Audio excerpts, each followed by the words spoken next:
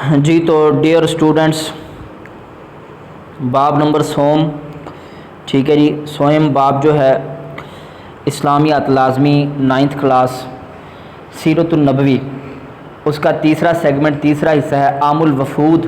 ٹھیک ہے جی، عام الوفود، وفود ہے وفد کی جمع. ٹھیک ہے، وفد کا مطلب ہوتا ہے گروہ در گروہ. ٹھیک ہے، اللہ کے نبی صلی اللہ علیہ وسلم کی خدمت میں جس سال لوگ آئے ہیں نا، اس سال کو عام الوفود کہا گیا ہے. وفد کیا کہتے ہیں؟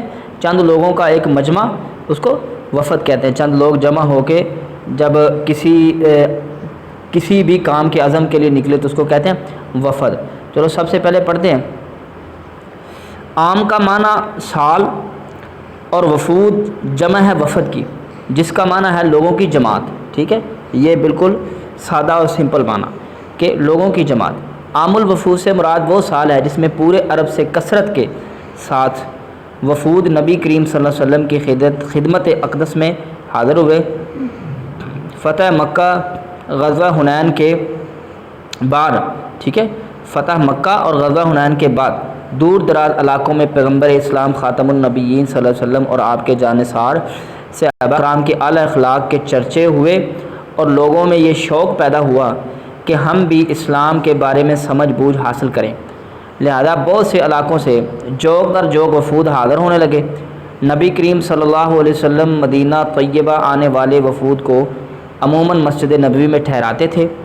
ان وفود کا آنا دور دراز کے علاقوں سے ہوتا تھا، جو اس بات کا منہ بولتا ثبوت ہے کہ دور رسالت میں اسلام پورے جزیرہ عرب میں پھیل چکا تھا. ان کے استقبال، قیام اور طعام، یعنی قیام رہنے کی جگہ اور طعام کھانے پینے کا انتظام. ٹھیک ہے، قیام و طعام کا انتظام نبی کریم صلی اللہ علیہ وسلم کے حسن انتظام، ٹھیک ہے، اچھے انتظام کے ساتھ، ٹھیک ہے، اسلامی آداب اور کریمانہ اخلاق کی عمدہ مثالیں تھیں. یہ اللہ کے نبی اسلام کے اخلاق کی عمدہ مثال ہے کہ بعد سے آنے والے وفدوں کی آپ خدمت کیا کرتے. آگے چلتے ہیں جی. وفد بنو تیم، ٹھیک ہے، وفد بنو تیم، بنو تیم کا وفد. بنو تیم ایک قبیلہ تھا. ان کے لوگ جب ایک جماعت بن کے نبی اسلام کے پاس آئے تو اس کا نام ہی رکھ دیا گیا وفد بنو تیم. بنو تیم کا وفد 9 ہجری کے آغاز میں مدینہ طیبہ حاضر ہوا. یہ لوگ اپنے قیدیوں کو آزاد کرانا چاہتے تھے. ان کی قیادت عرب کا مشہور سردار اقرع بن حابس کر رہا تھا. نبی کریم صلی اللہ علیہ وسلم ظہر سے پہلے قیلولہ، دوپہر کے وقت آرام، ٹھیک ہے، قیلولہ کے ذکر دوپہر کے وقت آرام فرما رہے تھے. انہوں نے نبی کریم صلی اللہ علیہ وسلم کو بے آرام کیا. آپ صلی اللہ علیہ وسلم کو گھر کے باہر پکارا، آوازیں دیتے رہے. آپ خاتم النبیین صلی اللہ علیہ وسلم کے پاس داخل ہونے کی اجازت طلب نہ کی تو اللہ رب العزت نے سورۃ الحجرات نازل فرمائی، جس میں رسول اللہ صلی اللہ علیہ وسلم کی بارگاہ میں حاضری کے آداب سکھائے گئے کہ اپنی آوازوں کو نبی کریم صلی اللہ علیہ وسلم کی آواز سے بلند نہ کرو.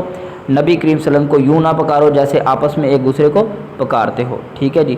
یہ لوگ اپنے ساتھ بڑے فصیح و بلیغ شاعر اور خطیب لے کر آئے تھے.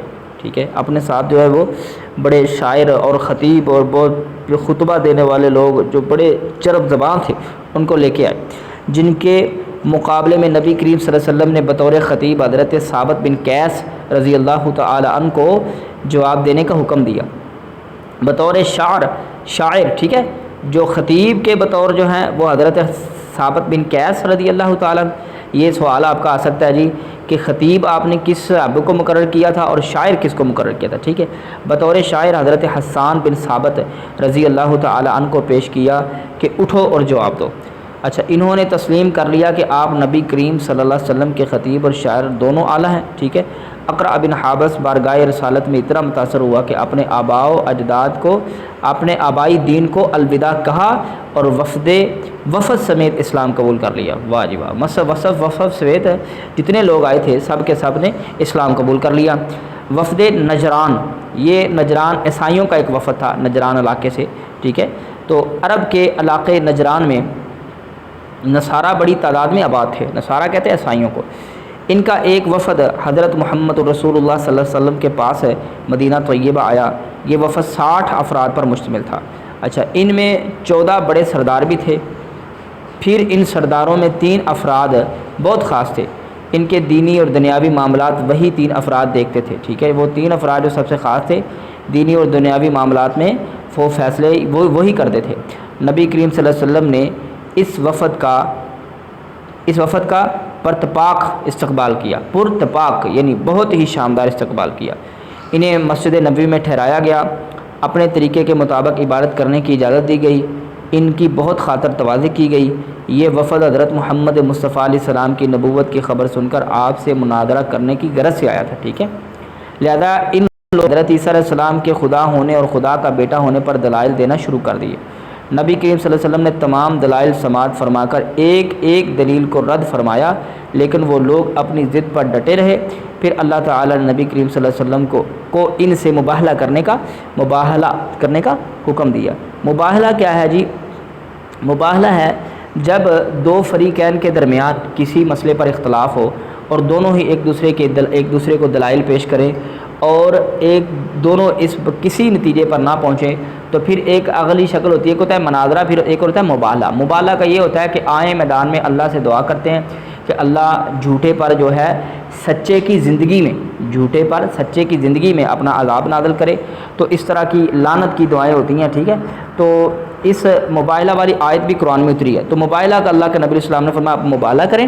یہ حکم نازل ہونے کے بعد نبی کریم صلی اللہ علیہ وسلم نے حضرت علی کرم اللہ وجہ الکریم، آپ کے چہرے مبارک مطلب کہ حضرت علی رضی اللہ تعالی عنہ کو بلایا، حضرت فاطمہ رضی اللہ تعالی عنہا کو بلایا، حضرت حسن و حسین رضی اللہ تعالی عنہ کو لے کر نجران کے وفد کے پاس مباہلے کے لیے تشریف لائے، ٹھیک ہے۔ جب ان کے پادریوں نے یہ روشن چہرے دیکھے تو کہا کہ اگر تم ان سے مباہلہ کیا تو یاد رکھو دنیا سے تمہارا نام و نشان تک مٹ جائے گا۔ چنانچہ انہوں نے مباہلہ کرنے سے انکار کر دیا اور جزیہ ادا کرنے کے لیے تیار ہو گئے، ٹھیک ہے۔ اسلام قبول نہیں کیا، لیکن اسلام کی سرپرستی ضرور قبول کر لی ہے کہ ہم اسلام کے نیچے رہیں گے اور جزیہ دے کر رہیں گے۔ اس کے بعد نبی کریم صلی اللہ علیہ وسلم نے فرمایا قسم ہے اس ذات کی جس کے قبضہ میں میری جان ہے، اللہ تعالیٰ کا عذاب اہل نجران کے نزدیک آ چکا تھا، اور اگر یہ مباہلہ کرتے تو انہیں جانور بنا دیا جاتا، ان کی وادی میں آگ بھڑکتی رہتی اور انہیں ملیا میٹ کر دیا جاتا، یہاں تک کہ درختوں پر پرندے بھی ہلاک ہو جاتے اور سال ختم ہونے سے پہلے سارے نصارہ فناہ کے گھاٹ میں اتر جاتے، ٹھیک ہے جی۔ یہ بھی ہوتا ہے ایک سال کے اندر مباہلہ میں یہ بھی ہوتا ہے کہ ایک سال کے اندر سچے کی زندگی میں جھوٹے کا جو ہے وہ برا حال ہو جائے، اس پر لعنت کی جاتی ہے یا اس کی تباہی کے لیے اس طرح کی کوئی نہ کوئی شرط رکھی جاتی ہے، تو اس کو کہتے ہیں مباہلہ، ٹھیک ہے۔ وفد عبد القیس، ٹھیک ہے، وفد عبد القیس، یہ اس وفد میں 20 آدمی تھے۔ ان کے سردار کا نام منذر بن عارض اور لقب تھا اشج، ٹھیک ہے۔ اشج زبان اور دل کا کھرا تھا۔ وفد عبد القیس کی بارگاہ نبوت میں آمد سے پہلے نبی کریم صلی اللہ علیہ وسلم نے صحابہ کرام کو خبر دی کہ مشرق سے کچھ سوار آ رہے ہیں جو اسلام قبول کریں گے۔ وفد عبد القیس کے لوگ جب نبی کریم صلی اللہ علیہ وسلم کے پاس حاضر ہوئے تو آپ صلی اللہ علیہ وسلم نے ان کا والہانہ استقبال فرمایا، ٹھیک ہے جی۔ تو نبی کریم صلی اللہ علیہ وسلم نے بڑا اچھے طریقے سے ان کا استقبال کیا۔ انہوں نے حضور اکرم صلی اللہ علیہ وسلم کے چہرہ انور کی خوبصورتی کو دیکھ کر آپ کے دست مبارک اور پائے اقدس کو بوسے دے کر محبت و عقیدت کا اظہار کیا۔ اس وفد کے سردار نے حضور اکرم صلی اللہ علیہ وسلم کے پاس حاضری سے پہلے غسل کیا، عمدہ اور پاکیزہ کپڑے پہنے اور حلم اور وقار کے ساتھ بارگاہ رسالت میں حاضری دی۔ نبی کریم صلی اللہ علیہ وسلم نے اس کی وضع اور آداب کو پسند کرتے ہوئے اس کی حوصلہ افزائی فرمائی اور ارشاد فرمایا بلا شبہ 2 خوبیاں تم میں ایسی ہیں جو اللہ کو بہت محبوب ہیں، ایک حلم یعنی جلد بازی نہ کرنا اور امور اور معاملات میں غور و فکر کرنا، اور دوسری خوبی وقار ہے، ٹھیک ہے۔ دوران گفتگو میں آپ صلی اللہ علیہ وسلم نے حرمت والے مہینوں ذی القعدہ، ذی الحج، محرم اور رجب کے بارے میں انہیں آگاہ کیا۔ نبی کریم صلی اللہ علیہ وسلم نے ان کو نماز، روزہ، زکوٰۃ اور مال غنیمت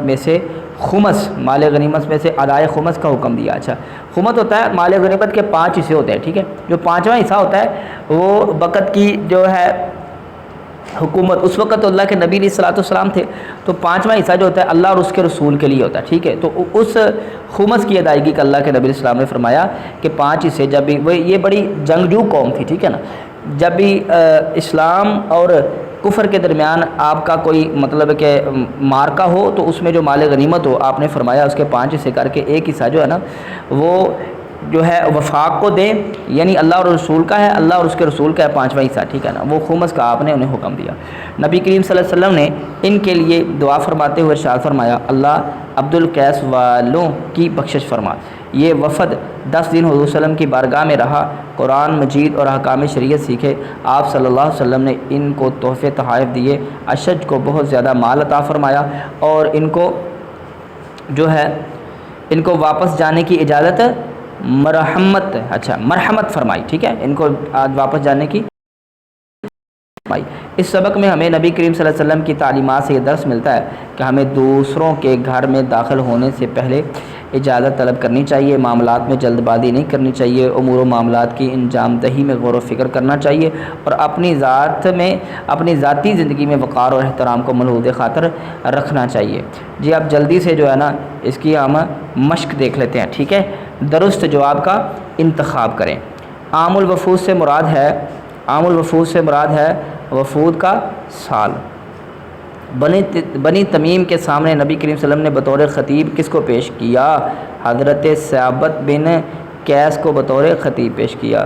ایک بات آپ ذہن میں رکھ لیں کہ حسان ابن ثابت جو تھے وہ شاعر تھے نبی علیہ السلام کے، تو پھر ثابت ابن قیس جو خطیب ہے، جب وہ اس ایک کا آپ کو یاد ہوگا تو دوسرا اس کا اپوزٹ ہے، ٹھیک ہے۔ نبی کریم صلی اللہ علیہ وسلم کی خدمت میں حاضر ہونے والے وفود کو ٹھہرایا جاتا تھا، کہاں ٹھہرایا جاتا تھا؟ مسجد نبوی میں۔ آگے چلتے ہیں، حضرت ابو ایوب انصاری رضی اللہ تعالیٰ کے گھر میں، آگے پڑھتے ہیں، وہ میں نے پچھلے جو ہے نا سوال کا ہی پڑھ دیا اس کا۔ اچھا، وفد بنی تمیم کی قیادت کر رہا تھا، کون کر رہا تھا؟ وفد بنی تمیم کی قیادت کون کر رہا تھا؟ اقرع بن حابس بنی تمیم کے، ٹھیک ہے۔ آگے اگلا سوال کیا ہے؟ وفد عبدالقیس کے سردار اشج میں 2 نمایاں خوبیاں تھیں، کون سی تھیں؟ حلم اور وقار۔ آگے چلتے ہیں جی، عام الوفود کا معنی اور مفہوم بیان کریں۔ عام الوفود، جس سال میں پورے عرب سے نبی علیہ الصلوۃ والسلام کی خدمت میں لوگ جوگ در جوگ وفدوں کی شکل میں آئے، اس سال کو عام الوفود کہا جاتا ہے، ٹھیک ہے۔ تو یہ ہو گیا عام الوفود کا معنی، اور اس کا مفہوم یہ ہے، مفہوم میں آپ لکھ سکتے ہیں کہ لوگ دائرہ، جب لوگوں نے اسلام کی جو ہے وہ بالادستی کا نام سنا تو پھر اسلام کے فہم کو حاصل کرنے کے لیے دور دراز سے لوگ نکلے، نبی اسلام کی خدمت میں آئے، کچھ نے اسلام قبول کیا، کچھ ایسے بھی تھے جو اسلام قبول کرنے کے بغیر چلے گئے، جن میں نجران کا وفد تھا۔ تو اس طرح آپ اس کا مفہوم بھی لکھ سکتے ہیں۔ وفد عبدالقیس کے سردار کا نام لکھیں، وفد عبدالقیس کے سردار کا نام کیا تھا جی؟ پیچھے دیکھتے ہیں، اشج، اور اس کا ایک اور بھی نام تھا وہ دیکھ لیتے ہیں، منذر بن عائد اس کا نام تھا اور لقب تھا اشج، ٹھیک ہے جی، منذر بن عائز۔ آگے چلتے ہیں جی، اگلا سوال کیا ہے؟ اگلا سوال ہے جی، وفد عبدالقیس کے بارے میں نبی کریم صلی اللہ علیہ وسلم نے کون سی دعا فرمائی؟ وفد عبدالقیس کے بارے میں نبی کریم صلی اللہ علیہ وسلم نے فرمایا، اے اللہ وفد عبدالقیس والوں کو بخش دے، ٹھیک ہے۔ وفد عبدالقیس کے سردار نے نبی کریم صلی اللہ علیہ وسلم کی بارگاہ میں حاضری سے پہلے کیا اہتمام کیا؟ اچھا سوٹ پایا، پہلے اس نے غسل کیا، پھر اچھے کپڑے پہنے، پھر بڑے وقار کے ساتھ نبی السلام کی خدمت میں حاضر ہوا۔ وفد بنو تمیم کو بارگاہ رسالت میں حاضری کے لیے آداب سکھائے گئے، ٹھیک ہے جی، وفد بنو تمیم کو بارگاہ رسالت میں حاضری کے لیے آداب سکھائے گئے، کس صورت میں سکھائے گئے، کیسے سکھائے گئے؟ یہ ساری بات جو ہے آپ نے سورۃ الحجرات میں اس کا بیان ہے، ان کو سکھایا گیا کہ جو ہے کیا آداب سکھائے گئے، ٹھیک ہے۔ سوال پڑھنے میں میں نے غلطی کر دی، وفد بنو تمیم کو بارگاہ رسالت میں حاضری کے لیے کیا آداب سکھائے گئے؟ ان کو آداب یہ سکھائے گئے کہ کسی کے گھر میں بغیر اجازت کے، مطلب جب نبی علیہ الصلوۃ والسلام کو بلانا ہے تو ویسے نہیں بلانا جس طرح ایک دوسرے کو بلاتے ہو، بلند آوازوں سے باہر سے آوازیں نہیں دینی شروع کر دینی، ٹھیک ہے، اور آپ کو نام لے کے بھی نہیں بلانا، یہ ساری چیزیں، ٹھیک ہے، یہ ان کو ہدایات کی گئی سورہ الحجرات میں۔ تفصیلی جواب دیں۔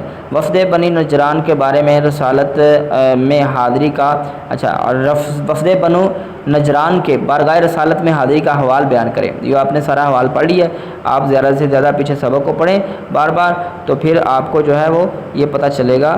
لیکن ہم یہاں سے آپ کو میں نشان لگا دیتا ہوں، وفد نجران یہاں سے لے کے یہ ساری حالات جو ہیں اس کے آپ یہاں لکھ سکتے ہیں یاد کر کے۔ چلیں جی، آج کا سبق ہوا یہاں ختم، انشاءاللہ اب ملیں گے آئندہ سبق میں۔ اللہ سے دعا ہے اللہ ہمیں سمجھنے کی توفیق دے۔